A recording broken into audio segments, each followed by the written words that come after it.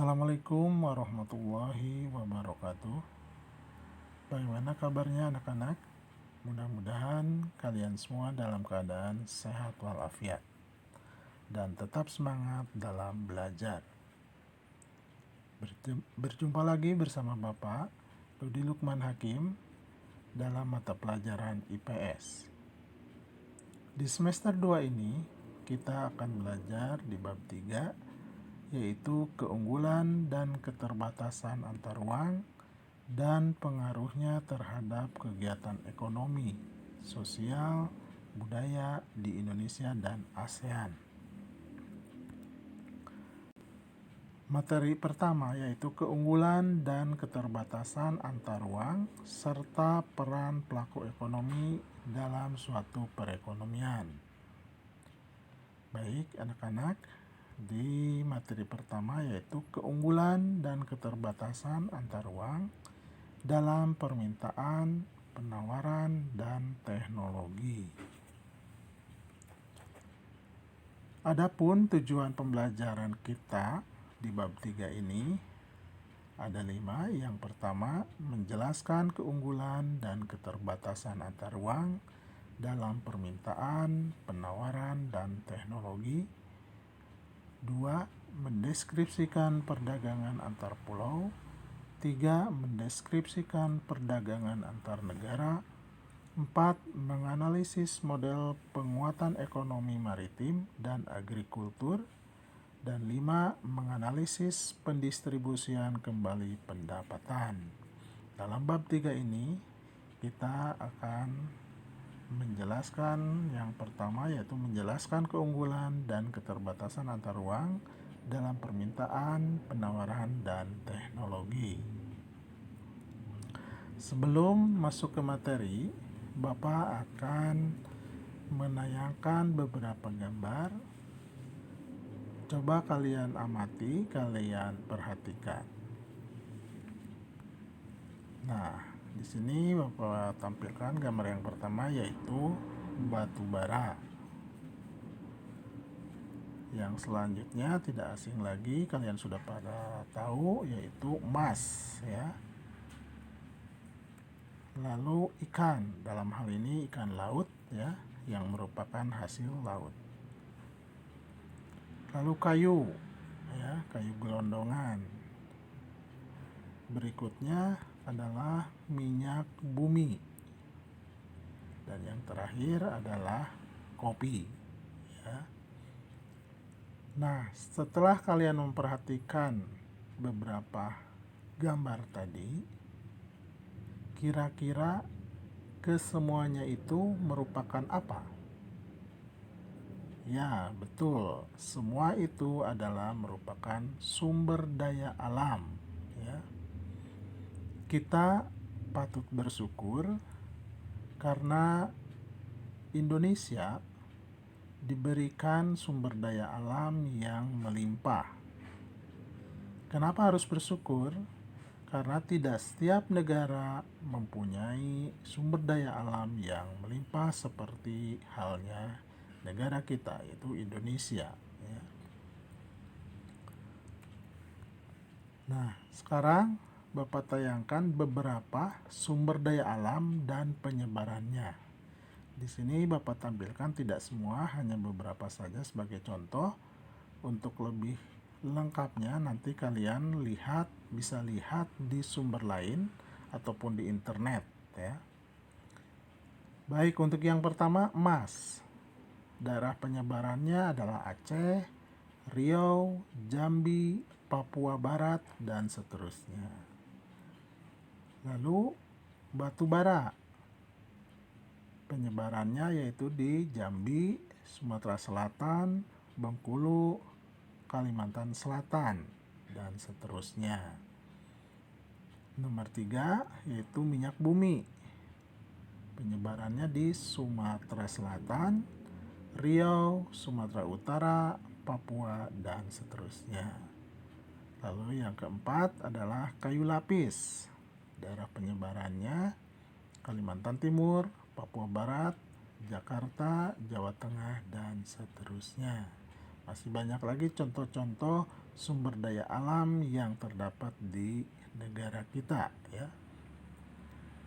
Berikutnya, seperti Bapak katakan tadi, bahwa tidak setiap negara, tidak setiap pulau, tidak setiap kota atau daerah mempunyai sumber daya alam yang melimpah atau mempunyai sumber daya alam yang sama.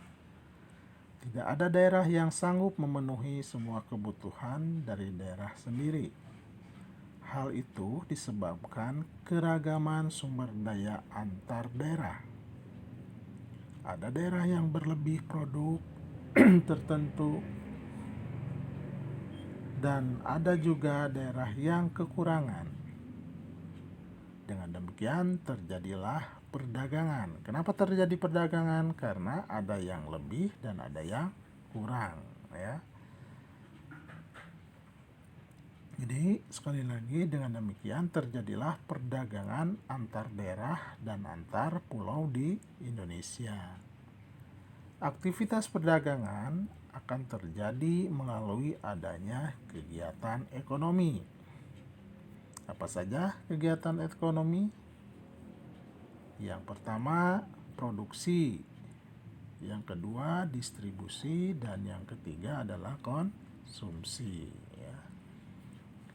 Kegiatan ekonomi akan berjalan jika ada pelaku yang menjalankan kegiatan ekonomi yang meliputi rumah tangga keluarga, rumah tangga perusahaan, rumah tangga pemerintah, dan rumah tangga luar negeri. Dengan keunggulan dan keterbatasan suatu daerah yang disebabkan karena potensi daerah, akan timbul permintaan dan penawaran, serta perdagangan. Untuk mengembangkan perdagangan diperlukan penguatan produk unggulan dari suatu daerah atau negara, seperti penguatan ekonomi maritim dan agrikultur. Maritim apa maritim? Maritim itu kelautan ya. Dan agrikultur mencakup mengenai pertanian ya. Nah, pengembangan di dua sektor tersebut akan meningkatkan pendapatan nasional. Pendapatan yang diperoleh suatu negara akan didistribusikan kembali untuk kepentingan masyarakat yang pada akhirnya akan meningkatkan kesejahteraan masyarakat.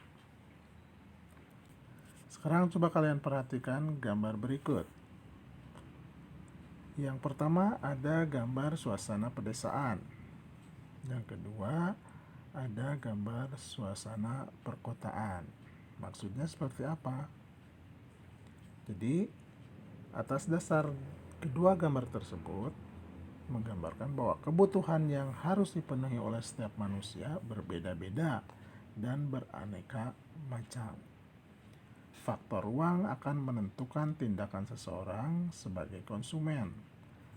Masyarakat kota memiliki perilaku konsumsi yang berbeda jika dibandingkan dengan masyarakat desa, pegunungan, ataupun masyarakat pesisir pantai. Demikian pula tindakan atau perilakunya dalam mengalokasikan sumber daya yang ada. Berikutnya, persebaran sumber daya alam antara satu daerah dengan daerah lain berbeda-beda.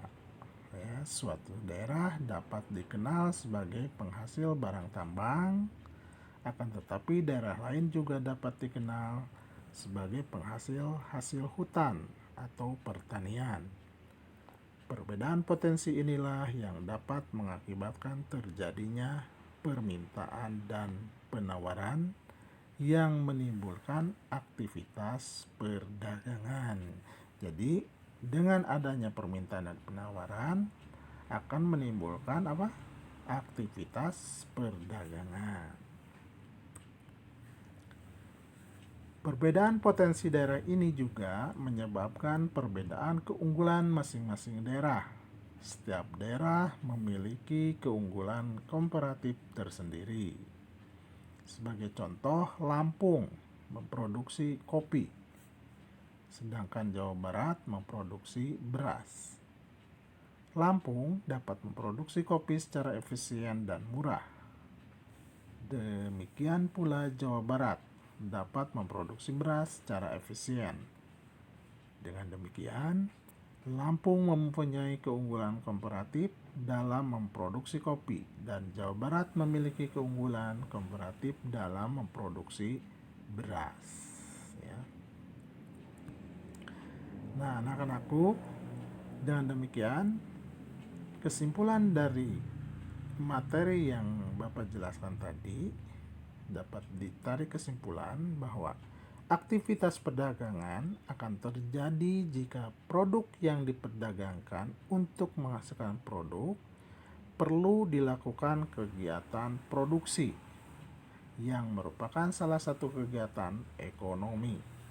Kegiatan ekonomi akan berjalan jika ada pelaku-pelaku yang menjalankan kegiatan ekonomi. Demikianlah materi untuk hari ini. Mudah-mudahan ada manfaatnya dan dapat dipahami oleh kalian semua. Terima kasih. Sampai ketemu di pertemuan berikut. Ingat selalu pesan ibu 3M. Memakai masker, menjaga jarak, hindari kerumunan, mencuci tangan dengan sabun di air mengalir. Assalamualaikum warahmatullahi wabarakatuh.